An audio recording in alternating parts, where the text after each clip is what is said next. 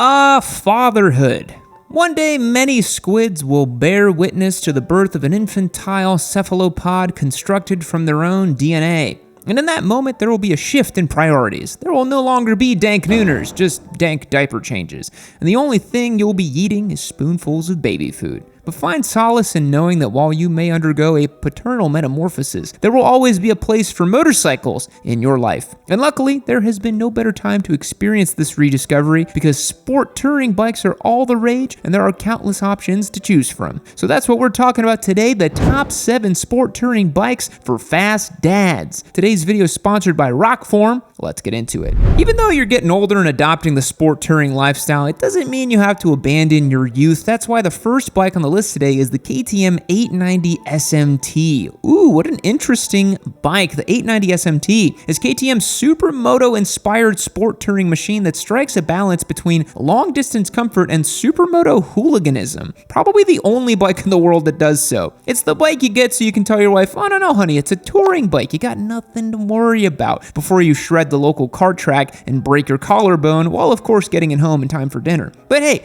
it's a more sensible option than a Super Duke GT.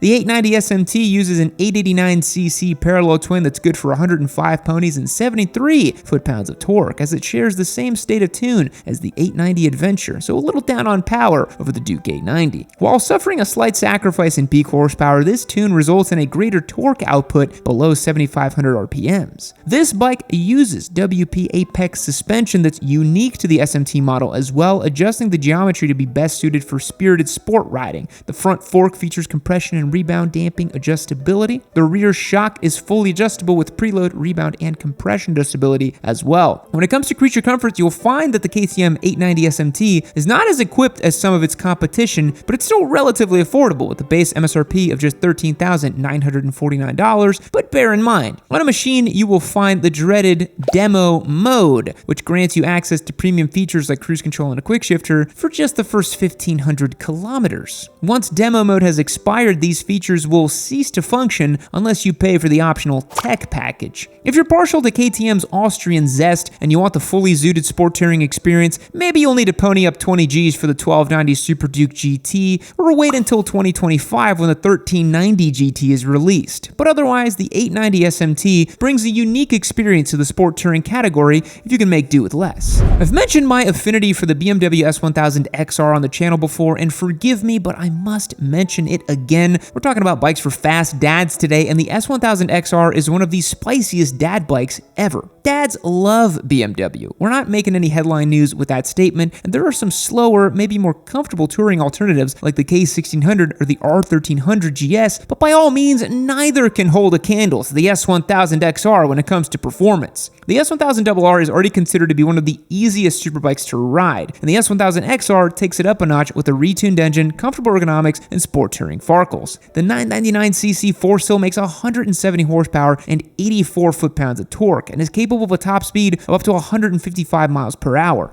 Sure, that's about 30 miles per hour slower than a 2005 Gixxer 600, but hey, it's still pretty darn fast. Fast enough to get you home in time for dinner at least, and the children of families who eat dinner together are 54% less likely to become incarcerated felons as adults.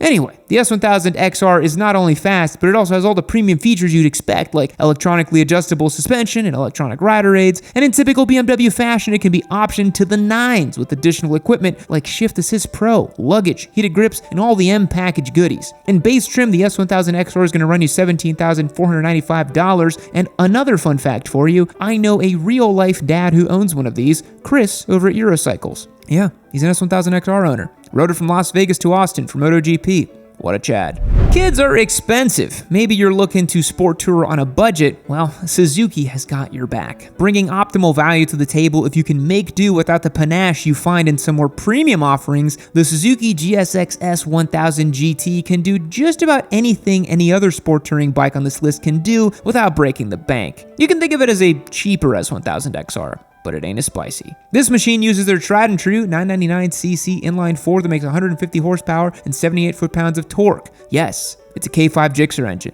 They're never gonna get rid of it.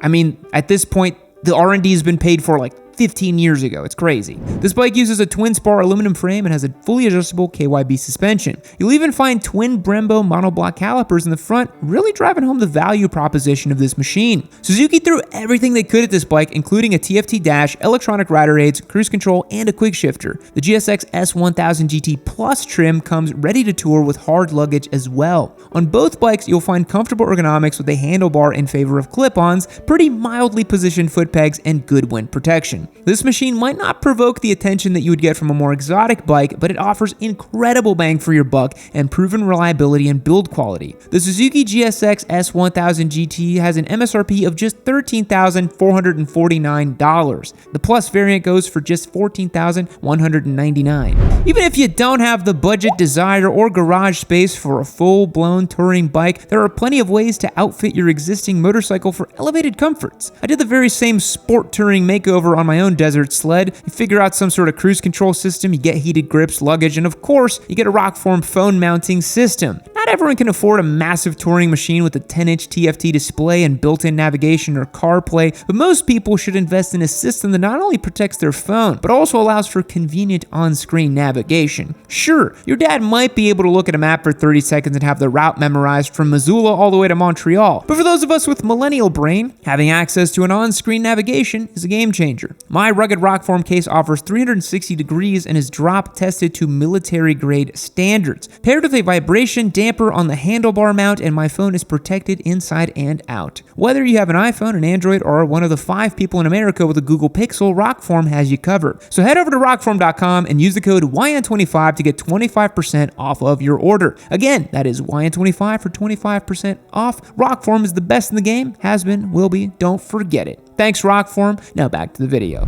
Perhaps money is no issue to you. It's no object, and you're looking to spend whatever it takes to get the most extreme sport touring bike known to man. Well, for the low price of $28,000, you could be the proud owner of a Kawasaki Ninja H2 SX. Even Kyle has to grow up sometime, and after years of chugging Monster Energy, he can return the hundreds of thousands of cans he has saved up in exchange for a supercharged dad bike. Just like that Seinfeld episode, load up a box truck filled with cans and take them to a state that has bottle deposits. The H2 SX from Kawasaki has all of the absurd supercharged goodness as the Ninja H2 and the Hypernaked ZH2, while being outfitted with more comfortable ergonomics and features that make it suitable for long-distance touring. The H2 SX has a 998cc supercharged inline 4 that makes 197 ponies and 101 foot-pounds of torque. The H2 SX SE has the same top-tier components to help you tame that supercharged beast between your knees, like fully adjustable electronically controlled suspension and Brembo brakes. Not only does this bike have every electronic control system under the sun, like advanced TC, engine brake control, launch control, and the like, you'll also find advanced electronic touring features like radar-assisted cruise control, forward collision warning, and blind spot detection. Yeah, it's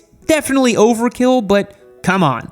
To be a suitable sport tourer, this bike comes with improved rider and passenger accommodations with a more comfortable seat and riding position, plus option color match saddlebags. The Kawasaki H2 SX SE has everything you could ever want from a superbike while being more comfortable than the normal H2 and not having to battle the wind as you outrun the space-time continuum on the naked ZH2. The H2 SX SE has an MSRP of $28,000. And next up on the list, we have the Tracer 9 GT.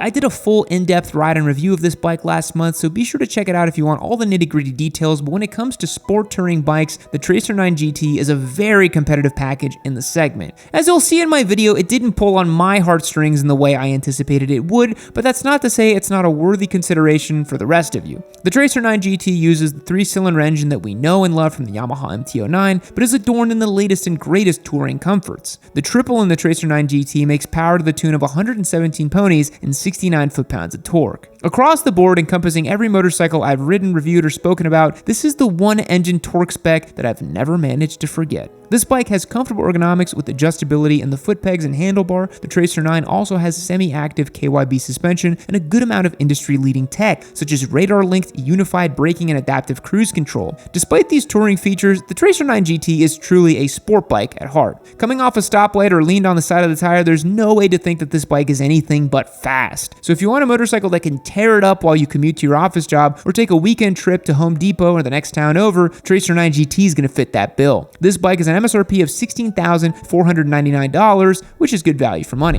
When it comes to sport touring machines from Ducati, you might think of the Multistrada, where the name itself implies the touring use case, but the Multistrada is the obvious choice. So instead today, the Ducati SuperSport makes the list. Contradictory to the name, the Ducati SuperSport is a lot more relaxed than a traditional fully fared Ducati sport bike. It has more comfortable ergonomics, the same lovable 937cc L-twin engine, and some old-school Ducati throwback design features. That being said, it is arguably a little overpriced for what you get, but it is a Ducati after all, and it's hard to place a dollar value on that indescribable Italian allure. The SuperSport makes 110 ponies and 69 foot-pounds of torque. As I mentioned, it is a comfortable bike with a far more agreeable situation for long days in the saddle. The normal SuperSport comes with fully adjustable Marzocchi fork, while the upgraded S version has fully adjustable Öhlins in both front and rear. You'll find dual Brembo monoblock calipers in the front as well. The SuperSport has a TFT dash with ride modes, traction control, wheelie control, and an up and down quick shifter. The bike is also sold with the touring package, which includes hard panniers, a larger windscreen, and heated grips.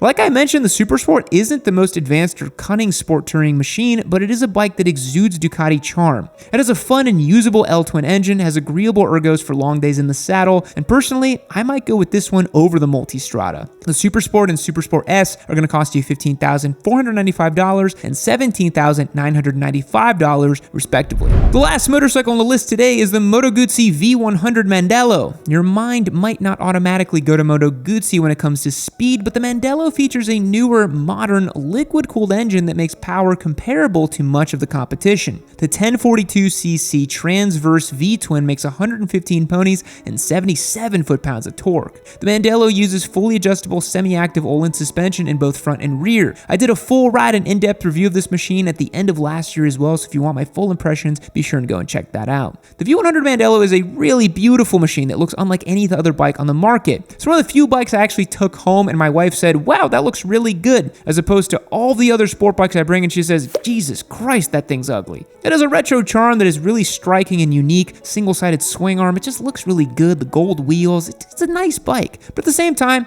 with that character will come some quirks. It's a bit of an odd duck at times, where the orientation of the engine, the shaft drive, and the gearbox remind you very quickly that you are in fact riding a Moto Guzzi. And for the right rider, that can be part of the allure. Yes, it can do sport touring, it makes good power, has tech features, cruise control, adjustable windscreen, heated grips, a quick shifter, and so many other things that other bikes on the list have today as well. But what that Mandello has that is not easily replicated is that unique charm and feeling. So, if that's where your allegiances lie, the V100 Mandello can be had for $17,490. Thanks for making it to the end of the video. What is your go-to sport touring machine? A Ducati Scrambler Desert Sled with dozens of bolt-on touring mods? You've got great taste. If you enjoyed the video today, be sure to subscribe to the channel. Thanks again to Rockform for the support today. I shall catch all of you gentlemen and ladies later. Fact: the longest word in the English language is 189,819 letters long.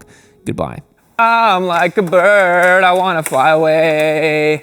I don't know where my soul is. I don't know where my home is. Da-da-da-da. I'm like a bird, I want to fly away. I don't know where my soul is. Oh, hey. You're still here. Man, this is awkward. You should, you should keep watching Yami Noob.